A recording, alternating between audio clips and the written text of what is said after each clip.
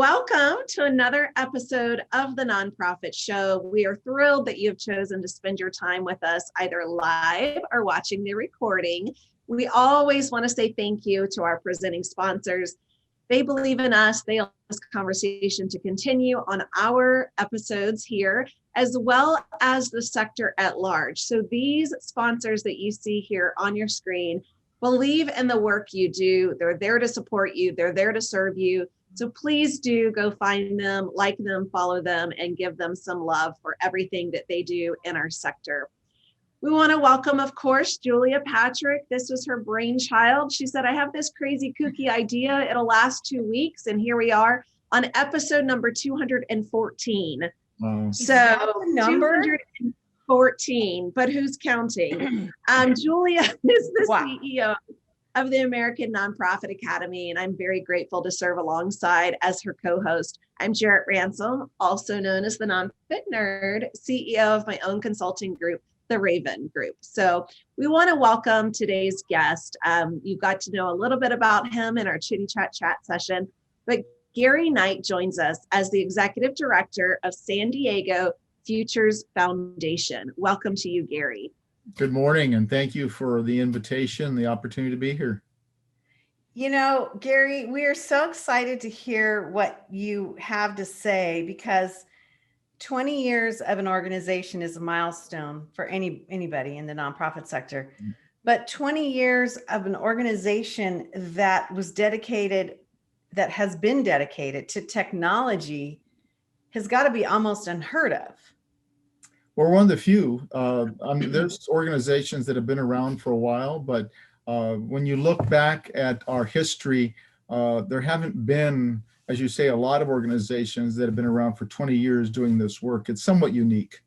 Yeah. So talk to us about what your mission is and actually what SDFF does. I mean, it's I'm assuming that technology has changed, and so maybe your mission has changed over those 20 years, or perhaps not.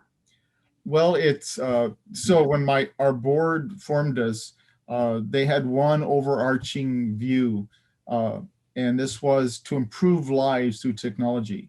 So a simple statement, but so encompassing, correct? Sure. So when you look at what we do, we started off initially as a computer refurbisher and distributor. So we were formed when the county of San Diego decided to outsource their IT services, and they needed an organization to accept the computers that were being retired, and they wanted to get them back out in the community. So they had a contractor, and they said, please form a nonprofit to do that. And that's how the Futures Foundation was formed. And so for the first few years, that's all we did. We took a computer, we cleaned it up, we refurbished it, repaired it, and then we put new software, what we called re-imaging, and then found a home for it. So it was either with individuals in the community that were considered in the underserved population, and or with nonprofits, because they had a mission to serve individuals, and many times their technology was older than the people they were serving. And sometimes, and if you're serving seniors, that's a lot to say, right? So, well, I think of the technology world, and so if SDFF has been around for 20 years, there have been so many advancements, improvements, evolution to this technology world. There has been, but at the foundation, a computer is a tool. It's a computer. It may get faster, it may get sleeker, it may get thinner. Just like all of us, right? But the reality is it still does what it was supposed to do, which is take and process using software information. But nowadays, the reality is we went from a computer-based form, meaning that you had software loaded on a computer, and that's where you worked. Everything was done at that position. Right. But now it's internet. Now everything is, we talk about the cloud. We talk about, being up in the internet. And the reality of 2020, as we were talking about a little bit earlier, 20 years of talking about the importance of this, and suddenly 2020, everybody said, you know what, this is important. So being a prophet, a soothsayer, a oracle, I'll take credit for that. No. Oh my God. But the idea is that now everybody's trying to figure out how can we utilize this tool to assist people in the reality of our world, which is connected. It is no longer a disconnected world. Everything that we do is based on technology. So when I go back to the original statement, improving lives through technology, simple, but now very encompassing. Mhm. You know, I was thinking as we talk about the digital divide, I remember I was probably out of college and I heard about this sometime in the early 90s, read a book by Nicholas Negroponte that it was like so futuristic, so futuristic. And I remember so specifically, he wrote about the digital divide and how this was going to be one of the great scourges of the planet. And at the time, I really didn't even hardly know people that had computers, let alone thinking all these fantastical thoughts about how they would become something that they were on our bodies and the form of phones and all this. So it seems to me really interesting that you have marched on this course of understanding the digital divide and what the implications are. And I'd love for you to share with us what you see and what you think is going to happen. Sure. So I'll start off with a very basic. Why don't you take everything that's electronic right around you, and that would include your computer, your phone, all the other things, and just remove them. And now I'm going to tell you, go ahead and perform your daily activities and work and all the other things you do without them. And you'd say, well, it's impossible. Can't do it. And that's the implications of the digital divide. Our world, so often we deal with people that are, let's say, immigrants or people who have been resettled in areas as refugees. And San Diego, where we're at, is one of the ones that gets a lot of refugees. And they may come from a world where technology was not present. And then we say, okay, here's what you need to do. Right now, let's say in 2020, you need to go online for your school, for your kids. You need to be able to sign up for services. So go online and do that. We need you to, and everything, make a phone call, make, whatever. And so our world, so connected now, doesn't allow us to do very much without being able to understand and utilize it. I was going to say manipulate, but that's really what it is. It is. It's being able to use the tools that we have to accomplish the tasks that are being put before us. And so I'll give you a number that's still startling to me, is that this is about 2, maybe 3 years old, but they did a survey and they figured that people who either do not have a computer, that do not know how to use it, or do not have access to internet, we're roughly 400,000 plus in San Diego County, and we're 3 million people. Wow. And that is true pretty much as a statistic across all areas of the country, some worse, some better, but realistically, it can be anywhere up to 20 to 30% of the people in any given area lack either a computer, the skills, or the access to the internet to be able to function. And so we, and one time, one of my predecessors wanted to take our organization very broadly across the country. And our board came back and said, when we've gotten San Diego covered, then we can talk about moving on. So realistically, we still face that, and it changes only in terms of the ones we were able to help. That's great. But right behind them is another group of people. And so it seems like we're just continuing to chip away at it, but that's our purpose. That's our goal. And so we try to solicit, and thank you very much for having us on. We try to solicit as many partners as possible to assist us in that, either through computer donations, through giving us access to resources, funding, So that's how we sort of continue to approach it. But the implications are great. And all I can say is that I could list off hundreds of them. But the reality is, try to function. Think about it. Try to function in a world that's connected without that ability. Sure, you had a question? Yes, I was going to say, here we are in 2021, albeit not that far into it, and it still feels like 2020, but we certainly saw this digital divide, or really just that equitable access to what you just said, Gary, the actual technology itself, the bandwidth, the internet connectivity. And I was so impressed by the innovation from so many school districts, organizations like yourself, that really stepped up to the plate to provide solutions to these areas of, internet and technology deserts. So I think that has been phenomenal. And as you said in our chitty chat session, this is something that you and your organization have had a finger on the pulse for quite some time. Right. But now we are awake. We are realizing that this is something that is, we should be paying attention to this. And now it's almost like everyone has their attention to this technology world. And I'll use this analogy and I hope people can appreciate it. It's like whack-a-mole, the game where you go to the arcade and it pops up and you hit it and then it goes down and something pops up over here.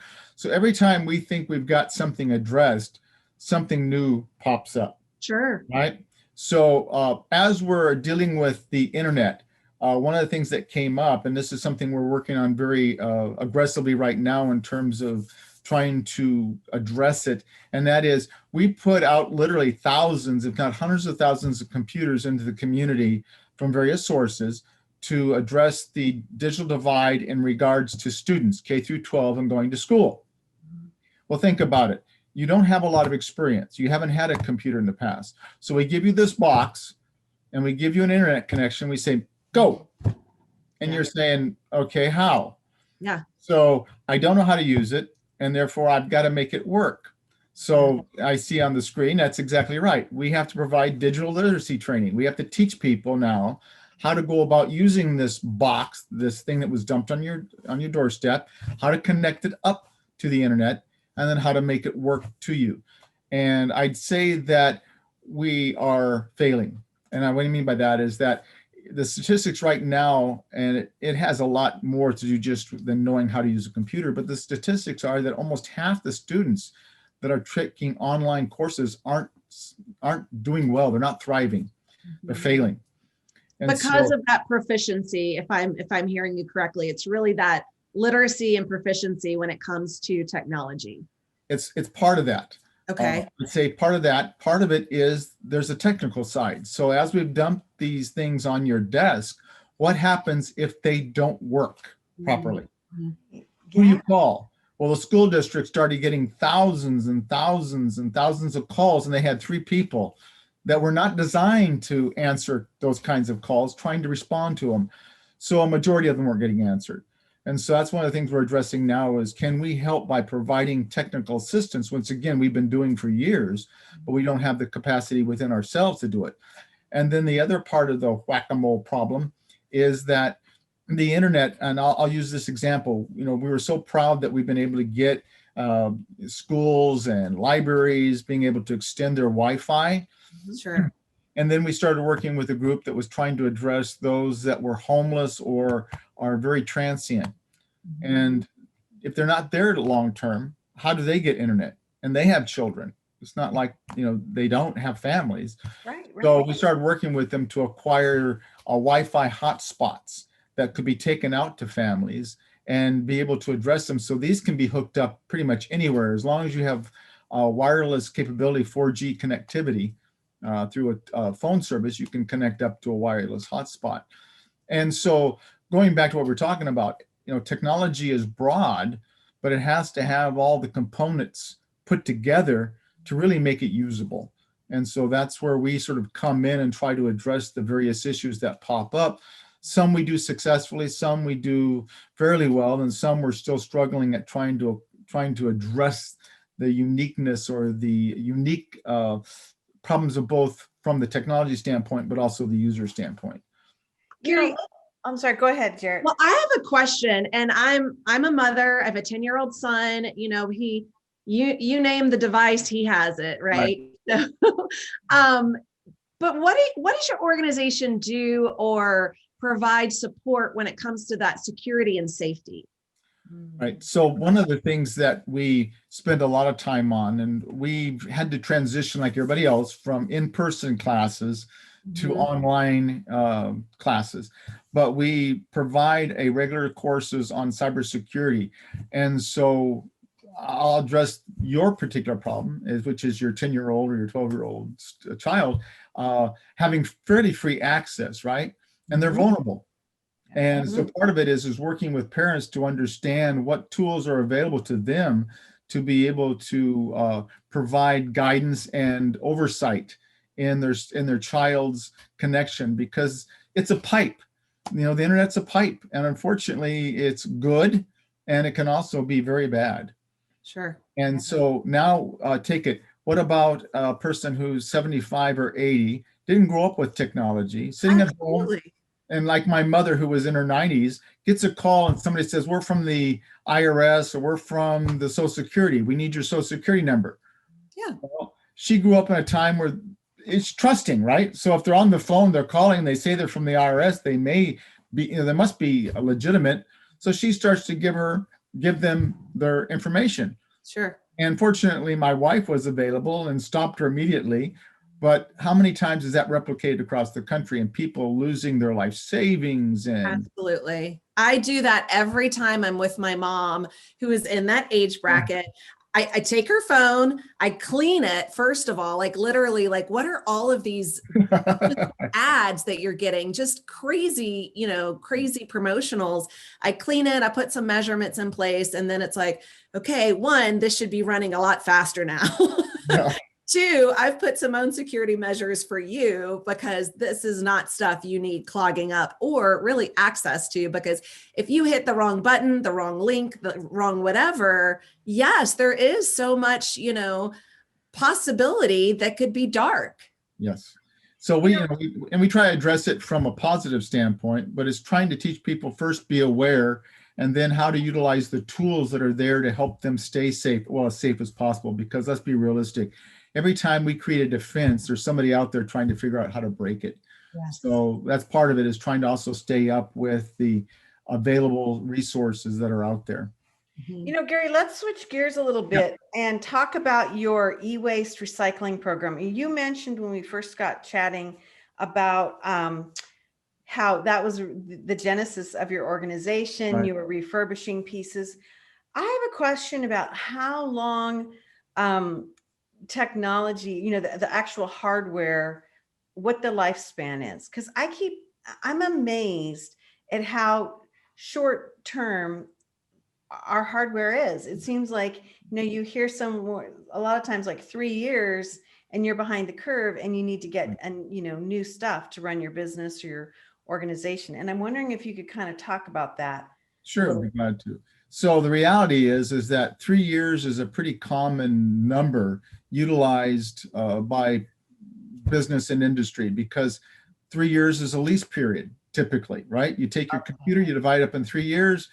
Once it's done, you remove it, you replace it. That's sort of 3 and 4 years with the County of San Diego, which we still get a lot of, most of their computers, or all of them really. Some businesses may stretch out to 5, but the reality is that a computer is still good as long as it operates and the software is still functional, right? Mm-hmm. So what 3 years at the end of that life cycle is still a new computer to somebody who's never had one. That's right. And when they get it, we've taken the time to clean it up, to reload software that's current as possible, that'll work on that computer. And then for them, it'll still do the things they need. It'll still connect to the internet. It'll still be able to track a budget on an Excel spreadsheet if we teach them how to use it. It'll still allow you to send emails and receive them, go surf the internet for what they need. So it's still functional, many times 7 or 10 years out, even longer. And so one of the things that we do at our location is also provide what we call break and fix. So a lot of people don't want to get rid of their computers. They have so much on it and the fear of trying to take their data and transfer it. So we provide that service as a means of continuation. But reality is sometimes the computer comes to an end. It dies, the blue screen of death. Blue screen of death. So at that point, then we take the computers and we recycle them. We've done millions of pounds of recycling. We call it downstreaming. We make sure we work with reputable organizations that do not put it into the landfill, that find a way of breaking the components down and making sure that they're reused, right? So it's critical that people be aware of that. And a lot of people still drop batteries in their trash cans, right? So it's understanding that things have a long life cycle, and the process is make sure if you're done with it, to get it either into hands like ours where we can reuse it, or into a recycler's hands that'll dispose of it in a responsible manner. So I have a question, and our time is shockingly almost up. How do you sell your nonprofit to the donor community and the funder community? Because it seems like you're dealing with things that a lot of people don't even understand or consider. Right. How do you sell yourself? How do you get that investment from the funding community? Well, it's been, again, going back over 20 years, we've had both the fat years and the lean years, right? So it really depends on what's going on around us. And I'll use this example, and like I think you just quoted somebody. What was the quote from Rahm Emanuel? Never let a good Never waste a good crisis. Never waste a good crisis. So we have to utilize that same strategy. When there's situations such as high unemployment, like we've been talking about, being forced to shelter at home, right? So those are times where we are able to communicate our message to funders because it's reality. They're dealing with problems. We do, over the years, we've created a lot of workforce readiness training to teach people how to use computers so they can go out and get jobs. We actually have taught coding programs, and then right now we're working on putting together computer technician support programs to do this response to what happens when a family gets a computer but needs help. Where do they go? There is no, if you were to go to a commercial provider, and this is not evil against them, they have to pay their people, but you're going to pay between $90 and $150 an hour to get somebody to answer a question for you or repair your computer. Most people can't afford that, who are living, on minimum wage or a paycheck to paycheck. So we're looking at how can we stand up a community-based, no-cost service that answers these kinds of questions, that allows them then to do the work they need. So, there's always and I don't mean to keep coming back to that, but there's always a challenge, and it's trying to then position in a way that a funder can understand it and understand how vast it is and how important it is to the community that they're trying to serve. And so it really depends on the circumstance, the needs. And right now, I hate to say it, but it's an easy proposition. Next year, the 2021, it may not be as easy. And they may go back to rethinking it and thinking that, there's other things that are more important. But a good friend of mine works for the food bank. He heads that up. And I keep trying to say it, I wish I had your story. People can really relate to being hungry. People don't relate as well to being without an internet connection or without a computer. I remember, Gary, 2009, the last economic crisis. Right. Now, I was chief development officer for a $1 million operating budget nonprofit. My telephone was theirs. My laptop was theirs, right? And so when I was a reduction in force at that time, I walked away and couldn't call my friends, couldn't look for a job, right? So I can relate on that level, right? It's how often, because now when we do look around, looking right here in my, studio, it's like, oh yeah, when you said put all your technology in one pile and don't touch it, like I feel naked. I feel like, how do I do this, right? We certainly would not have the nonprofit show or have you on this episode to share more about SDFF. So, if we could put a crystal ball in your hand, right. If we could ask you, what does 2021 look like, not only for your organization, but if you can go further, right, into that digital world, what would you say? I think that technology is always, everybody has a great idea, and if they can get their idea funded and then developed, right? So new technology will continue to come along. Again, if we simplify it and say that's the tool part, right? So I don't care if it's a hammer or a chisel or something else, you'll use it for the needed purpose. But if you look at then what makes it more valuable is in the context you're using it. So I think that as we look forward, it'll really be the internet. It'll really be the resources that are made available to people to connect. Many times we talk about being a connected world, but yet we try to say, you know what, kid, go back to your child. Get off the technology. Get outside and play with your friends. Right. Go ride a bike. Yeah. So it's really being able to utilize technology in the world that you should be living in. But I'll also use another example. One of the areas that we really had to address a few years back was the age population. One of the largest disconnected because they didn't grow up with technology, so it's uncomfortable to them. But Mhm. as we start to get older, we get diseased, we get injured, we don't have the capability of getting around as we used to, the mobility. And so many times become isolated. And that isolation leads to depression.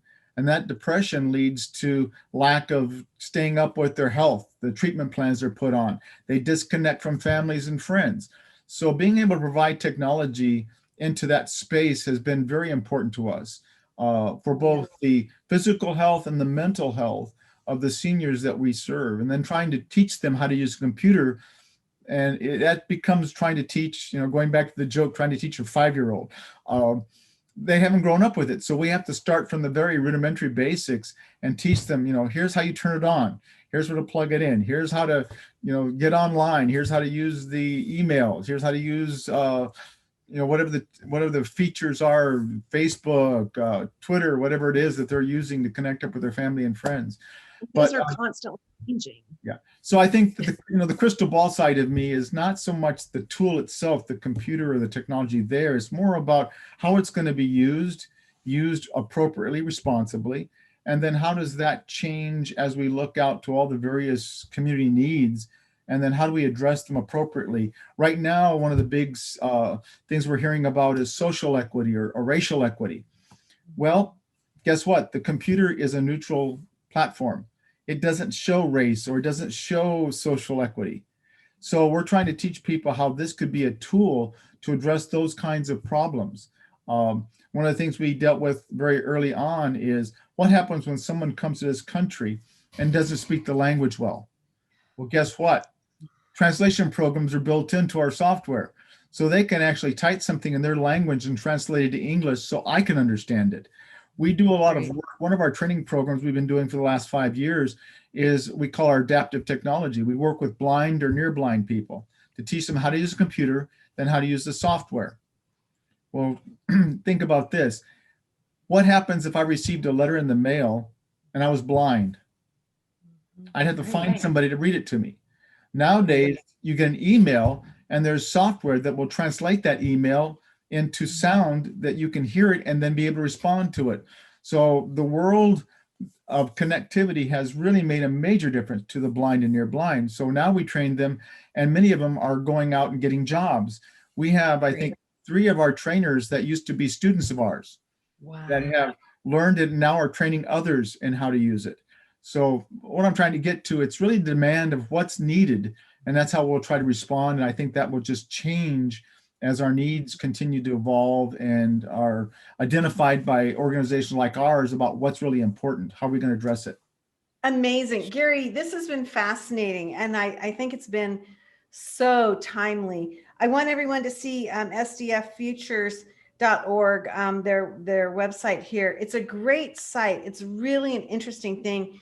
If you're in another part of this country and you're looking to maybe understand how your community can do something like this or what's possible, check out the site. It's amazing. 20 years. They've got a lot of time and service under their belt. So it's a really cool thing to be able to have that resource. Gary, it's been fabulous to have this discussion. Again, I'm Julia Patrick, CEO of the American Nonprofit Academy. I've been joined by the nonprofit nerd herself, Jarrett Ransom, CEO of the Raven Group. We are so excited that we could have another dynamic conversation such as this, thanks to our sponsors. So we certainly want to give everybody some love there. Without you, we would not have this discussion. Again, another fabulous conversation. Oh, thank you. Yes, And one thing Gary. I can do is encourage people. There are organizations like ours across the country. So if you're listening in another part of the world, reach out, see if there's one like us, and then reach out and ask for them to be able to see if they can help you or your clients. I love it. Well, you know what? And we're big on collaboration. We talk about that all the time. As we end every show, we want to remind everybody with our little mantra that we always say, and that is stay well so you can do well. Hey, everybody, join us tomorrow, Friday, our Ask and Answer episode. It's a lot of fun. We have some math questions tomorrow. I better bring my technology that has a calculator. Calculator. There you go. Yeah. I mean, literally, we had to put up a formula on one of the answers. Woo, that's a teaser. So come in and join us. Again, thanks everybody. Have a wonderful and safe day. We'll see you back here tomorrow.